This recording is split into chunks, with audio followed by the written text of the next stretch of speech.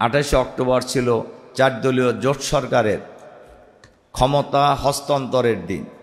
Idea ছিল বিএনপির অফিসের সামনে বিএনপির মিটিং, উত্তর গেটে জামাতের মিটিং করেই ওনারা বঙ্গভবনে যাবেন এবং কেয়ারটেকার সরকারের যিনি প্রধান হয়েছিলেন তদানীন্তন প্রেসিডেন্ট প্রফেসর ইয়াজউদ্দিন আহমদ সাহেবের কাছে ওনারা ক্ষমতা হস্তান্তর করে আসবেন।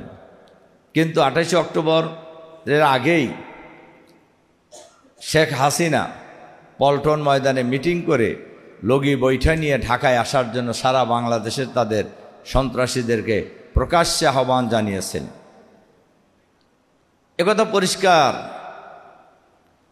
ঢাকা মহানগরীতে নৌকা চলে না, এখানে লগি বৈঠা নিয়ে আসার আহ্বান জানানোর উদ্দেশ্য কি?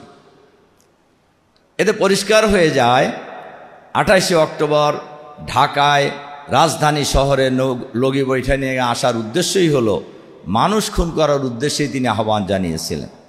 এবং সে অনুযায়ী তার দলের সারা বাংলাদেশের সন্ত্রাসীরা ঢাকায় আগমন করেছিলেন। আর আমাদের মিটিংয়ের আমাদের ভাইয়েরা, আমাদের মিটিং ছিল 3টায় বিকালে। সকাল থেকেই যখন স্টেজ তৈরি করার কাজ করছিলেন, ঠিক সেই সময়ই তারা সারা দেশ থেকে, যেহেতু তাদের লোক ঢাকায় জমায়েত ছিল, তারা আমাদের টেস্ট প্রস্তুতকারী ভাইদের উপরে তারা আকস্মিকভাবে আক্রমণ করে শুরুতেই আমাদের 6 জন ভাই শহীদ হয়ে যায়। শহীদ হাফেজ শিফন, মাসুম, শ্রমিক নেতা হাবিবুর রহমান এবং জসিম, 6 জন ভাইকে ওই একদম শুরুতেই অন্য লোকেরা জানার আগেই বলা যায় তারা যেহেতু স্টেজের কাজে তারা নিয়োজিত ছিলেন, তারা শাহাদাতের কোলে ঢলে পড়ে। এরপরে তো অনেক ঘটনাই ঘটেছে। আলহামদুলিল্লাহ ওই দিনও আমাদের ভাইদের শহীদের লাশ এবং আহত লোকদের রাস্তায় পড়ে থাকার পরেও ওই সন্ত্রাসী বাহিনী কিন্তু 28 অক্টোবর পল্টন মোড় ক্রস করতে পারে নাই কোনো সময়।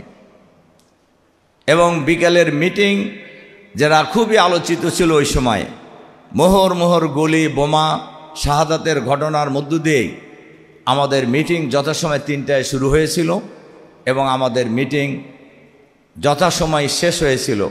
সেদিন আমরা দেখেছি আমাদের আমির, তখনও উনি মন্ত্রী, মাওলানা মতিউর রহমান নিজামী সাহেব যে ঠান্ডা মাথায় ঐতিহাসিক ভাষণ দিয়েছিলেন, এই ভাষণ বাংলাদেশ যতদিন থাকবে ততদিন বাংলাদেশের মানুষ তার এই বক্তব্য স্মরণে রাখবে আর কি, যে একজন মানুষ, একজন নেতা এত শাহাদাতের কফিন দেখার পরেও কিভাবে ঠান্ডা মাথায় তার প্রয়োজনীয় বক্তব্য শুরু করেছেন, শেষ করেছেন। ওনার বক্তব্যের সময় মোহর মোহর চতুর্দিক থেকে গুলি চালানো হয়েছে।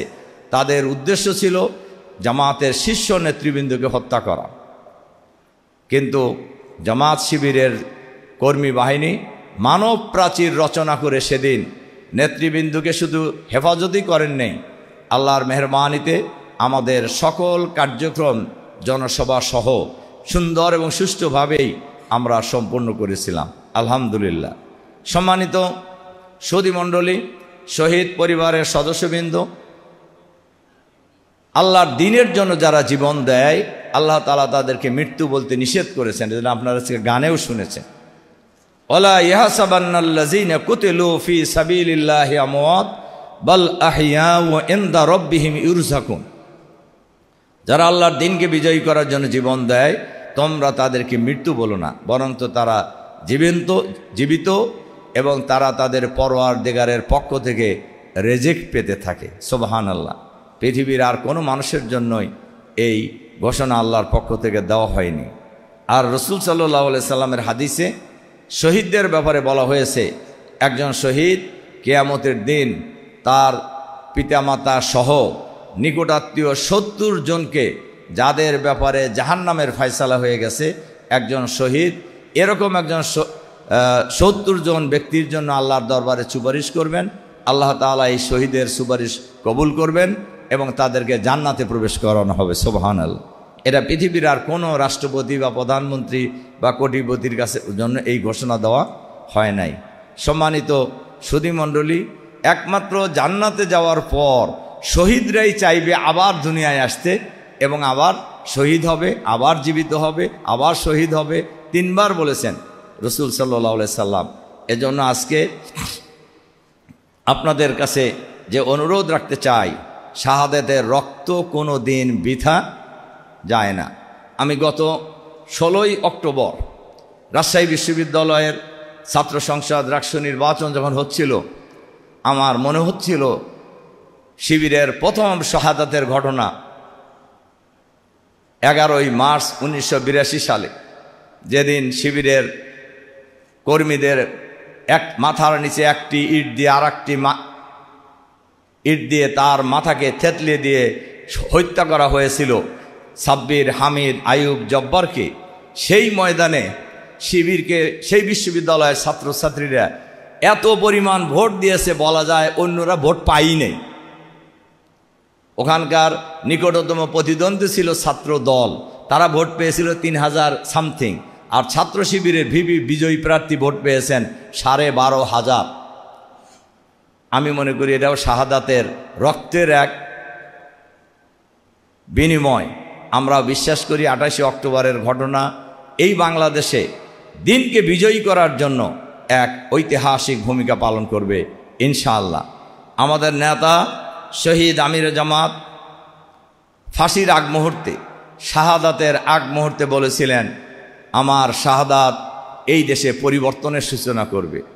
সম্মানিত সুধীমণ্ডলী, শহীদ পরিবারের সদস্যবর্গ আপনারা লক্ষ্য করেছেন, গোটা বাংলাদেশেই ইসলামের পক্ষে, আল্লাহর আইনের পক্ষে গণজাগরণ শুরু হয়েছে আলহামদুলিল্লাহ। আজকের এই পল্টন ট্র্যাজেডির দিবসে আমি সরকারের কাছে আহ্বান জানাবো, এই ঘটনায়, পল্টন হত্যাকাণ্ডের ঘটনায় সুনির্দিষ্ট শেখ হাসিনাকে প্রধান আসামি করে সুনির্দিষ্ট মামলা হয়েছিল। সেই মামলার চার্জশিট হয়েছিল। সেই চার্জশিট এক অদৃশ্য শক্তির ইশারায় অধিকতর তদন্তের কথা বলে সরায় নেওয়া হয়। এরপরে আওয়ামী লীগ ক্ষমতায় আসার পর এই মামলা প্রত্যাহার করে নেওয়া হয়েছে। আমরা অন্তর্বর্তীকালীন সরকারের কাছে আহ্বান জানাবো, অবিলম্বে এই মামলা পুনরুজ্জীবিত করতে হবে এবং খুনি হাসিনা সহ 14 দলীয় দলের নেতা কর্মীরা যারা এই মামলার চার্জশিটভুক্ত আসামি ছিল, তাদের বিরুদ্ধে আইনানুগ ব্যবস্থা নিতে হবে, বিচার করতে হবে, ফাঁসি দিতে হবে, ফাঁসি কার্যকর করতে হবে আগামী দিন। এটা হলো আজকের পল্টন ট্র্যাজেডি দিবসের আমার মূল কথা। সম্মানিত সুধীমণ্ডলী, ভাই এবং বন্ধুগণ, আসুন শাহাদাতের সিঁড়ি বেয়েই এই বাংলাদেশে একসময় কোরআনের সমাজ কায়েম হবে, এই স্লোগান আমরা ছাত্র জীবন থেকে দিয়ে এসেছি, এখনও দিচ্ছি, ভবিষ্যতেও দিব ইনশাআল্লাহ।